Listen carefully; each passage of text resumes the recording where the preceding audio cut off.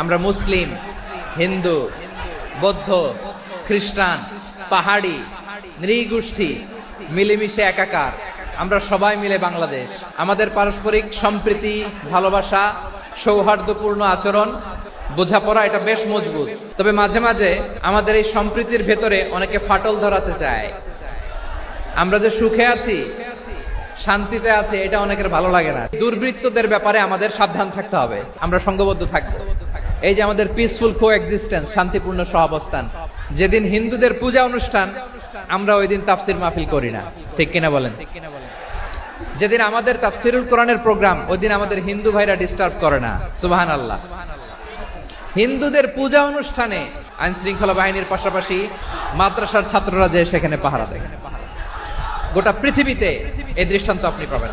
রব্বুল আলামিন বলেন, গোলাম ও আমার ইমানদার বান্দারা, শোনো শোনো, লা তাসুবুল্লাযীনা ইয়াদউনা মিন দুনিল্লাহ ফায়াসুবুল্লাহা আদওয়াম বিগাইরি ইলম।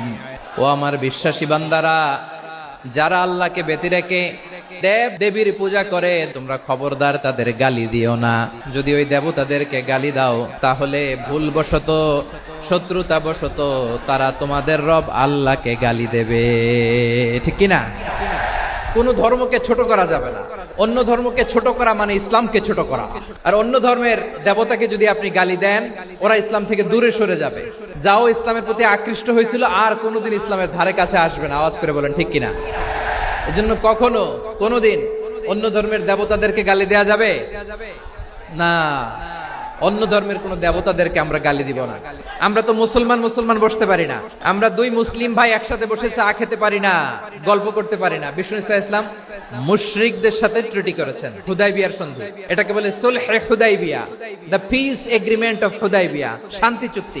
মদিনায় যে বিষ্ণু ইসলাম মদিনা চার্টার করলেন, মদিনা সনদ। যে ওয়েস্টে, ইউরোপে, আমেরিকাতে তারা অনেক চার্টার করে, এই সব চার্টার মদিনা চার্টার থেকে কপি করা। আওয়াজ করে পড়েন সুবহানাল্লাহ। তাহলে অন্য ধর্মের প্রতি সব সময় ইসলাম সহনশীল, টলারেন্স। যদি আপনি দেখতে চান, ইসলামের নবী বিশ্ব নবীর দিকে তাকান, ঠিক কিনা বলেন? আমরা তো সংখ্যালঘুদের রাইটস প্রোটেক্ট করার জন্য কত আইন বানাই, কত বৈঠক করি, কত সংবাদ সম্মেলন করি। বিষ্ণু সাল্লাল্লাহু আলাইহি ওয়াসাল্লাম সংখ্যালঘুদের রাইটস এর ব্যাপারে, অধিকারের ব্যাপারে যে কথা বলেছেন, শুনলে আপনি অবাক হয়ে যাবেন। বিশ্বনবী বলেন, খবরদার জেনে রেখো, কেউ যদি কোনো সংখ্যালঘুর উপরে অত্যাচার করে, কোন সংখ্যালঘুর প্রাপ্য থেকে যদি কেউ কাউকে ঠকায়, সংখ্যালঘুর উপর যদি কেউ কষ্ট দেয়, কোন সংখ্যালঘুর সম্পদ যদি কেউ জোর করে কেড়ে নেয়, আমি কিয়ামতের দিন বিশ্বনবী ওই সংখ্যালঘুর পক্ষে আর ওই মুসলমানদের বিপক্ষে বাদী হয়ে দাঁড়াবো। আল্লাহু আকবার।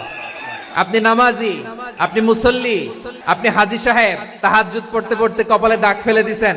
আপনার প্রতিবেশী হিন্দু, ভাবছেন আমার তো পাওয়ার আছে, ওর জমিটা দখল করি। বিশ্বনবী বলেন, কিয়ামতের দিন ওই হিন্দুর পক্ষে তোর বিরুদ্ধে আমি বাদী হয়ে দাঁড়াবো। এখানেই শেষ না। বিষ্ণু ইসলাম আপনার অমুসলিম প্রতিবেশীর সাথে ভালো আচরণ করতে বলেছে। হিন্দু যদি আপনার প্রতিবেশী হয়, কি করবেন? ওর কষ্ট দিবেন নাকি?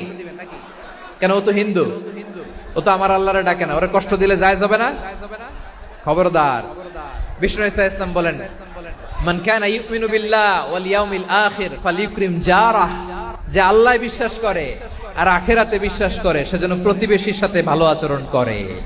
সুবহানাল্লাহ। প্রতিবেশী আস্তিক হোক নাস্তিক হোক, প্রতিবেশী মুসলিম হোক অমুসলিম হোক, যান অসুস্থ হইলে একটু আপেল নিয়ে যান, আঙ্গুর নিয়ে যান, কমলা নিয়ে যান, তাদের সাথে ভালো আচরণ করেন।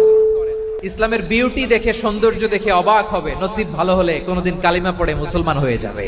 ইসলাম অমুসলিম মাতা পিতার সাথেও ভালো আচরণ করতে বলেছে। মাতা পিতা যদি অমুসলিম হয়, তারা ফেলে দিতে পারবেন? অনেক হিন্দু ছেলে আমাদের হাতে শাহাদা পড়ে মুসলিম হয়, কিন্তু ওর মা মুসলমান হয় নাই, বাবাও হয় নাই। এরকম আছে না নাই?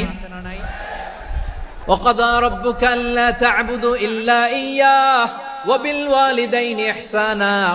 আল্লাহ বলে, অবধারিত দুইটা ভার্ডিক্ট তোমাদের জন্য, এক আল্লাহর ইবাদত করবা আর মা বাবার প্রতি ইহসান করবা। মা বাবার প্রতি ইহসান করতে হবে।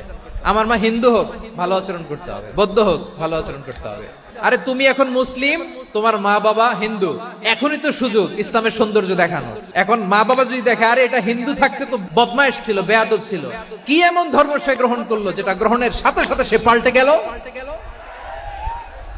নসিব ভালো হইলে তারাও কালিমা পড়ে মুসলমান হয়ে যাবে। ইসলাম কি ন্যারো মাইন্ডেড রিলিজিয়ান না ব্রড মাইন্ডেড? কতটা ব্রড মাইন্ডেড দেখেন, বিশ্বনবী সাল্লাল্লাহু আলাইহি সাল্লাম অমুসলিমরা যদি নবীকে উপহার দিত, ওই উপহারও বিশ্বনবী গ্রহণ করতেন। সুবহানাল্লাহ পড়েন।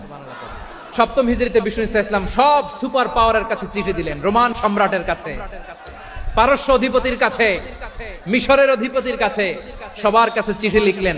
চিঠির ভাষা ছিল এরকম, মিন মুহাম্মাদিন রাসূলিল্লাহ ইলা মুকাউকিস আযীমিল কিবত।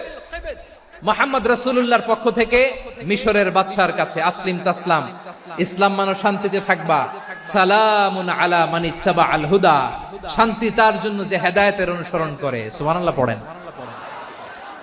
এই চিঠি অনেকে ভালোভাবে রিসিভ করেছে, অনেকে এই চিঠি পাওয়ার পরে নবীর কাছে আবার ইন রিটার্ন উপহার পাঠিয়েছে। তাহলে অমুসলিম কেউ যদি আপনাকে উপহার দেয়, হালাল উপহার হলে আপনি গ্রহণ করতে পারবেন। শুধু তাই নয়, বিষ্ণু ঈসা ইসলাম অমুসলিমদের সাথে আর্থিক লেনদেনও করেছেন, ফিনান্সিয়াল ডিলিং করেছেন। অমুসলিমদের সাথে প্রয়োজনে আপনি ফিনান্সিয়াল ডিলিং করতে পারবেন। আমরা প্রায় দেখি বাজারের মিষ্টির দোকানগুলো আমার হিন্দু ভাইদের, তারপরে যে বারবার শপ, চুল কাটে যে নাপিত, অধিকাংশ নাপিতের দোকানে কারা?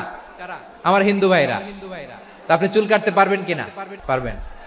তার দোকান থেকে দই মিষ্টি কিনতে পারবেন কিনা?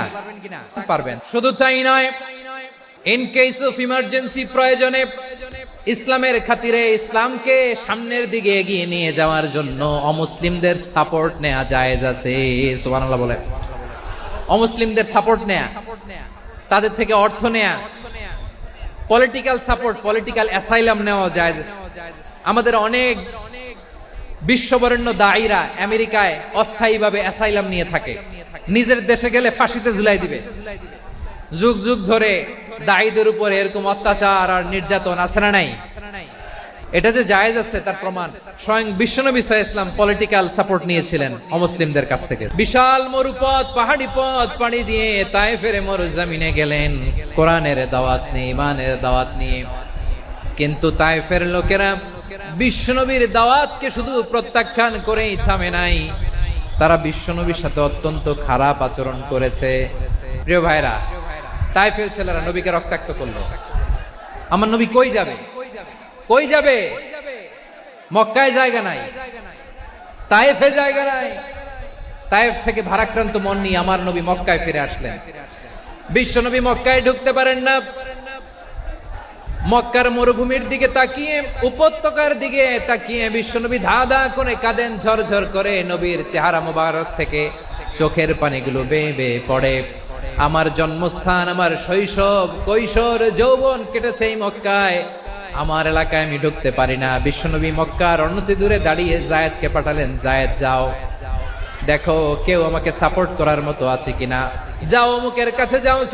জায়েদ গেলেন, তারাও প্রত্যাখ্যান করে ফিরিয়ে দেয়। বিশ্বনবী বললেন যাও অমুক লোকের কাছে যাও, তিনিও প্রত্যাখ্যান করে ফিরিয়ে দিলেন। কেউ বিশ্বনবীকে আশ্রয় দিতে রাজি হয় না। নিজ জন্মভূমিতে বিতাড়িত বিশ্বনবী, সর্বশেষ বিশ্বনবী বললেন যাও মুতঈম ইবনে আদির ঘরে যাও। দেখেন, অনেক বিপদের সময়ও আমি নিজে সাক্ষী, সামাজিক ভাবে, রাজনৈতিক ভাবে কত ঝঞ্ঝা, কত ষড়যন্ত্র, কত কনস্পাইরেসি পাড়ি দিয়ে আমাদেরকে সামনে এগিয়ে যেতে হয়। এই শত্রুদের ভেতরেও একজনকে দাঁড় করিয়ে দেয় যে আল্লাহর কোরআনের জন্য রেডি হয়ে যায়। পড়েন সুবহানাল্লাহ। মুতঈম ইবনে আদি, আল্লাহ তার মনকে নরম করে দিলেন। মুতঈম বলে, মুহাম্মদ আমি তোমাকে আশ্রয় দিব। এই মুতঈম কি মুসলিম ছিল না মুশরিক? কিন্তু মুতঈম যে বিশ্বনবীর উপকার করছে এটা বিশ্বনবী ভুলে নাই। আমাদের অনেকে আছে উপকার করার পরে আর খেয়াল থাকে না। এজন্য অমুসলিম হইলেই তারা আমাদের শত্রু নয়। আমাদের পুঁজি ভালোবাসা। এই ব্রড মাইন্ডেড হৃদয় নিয়ে, ভালোবাসা দিয়ে আমরা বিশ্ব জয় করতে চাই। রাজি আছেন? আল্লাহ কবুল করুক। আমরা সবাই পড়ি আমিন।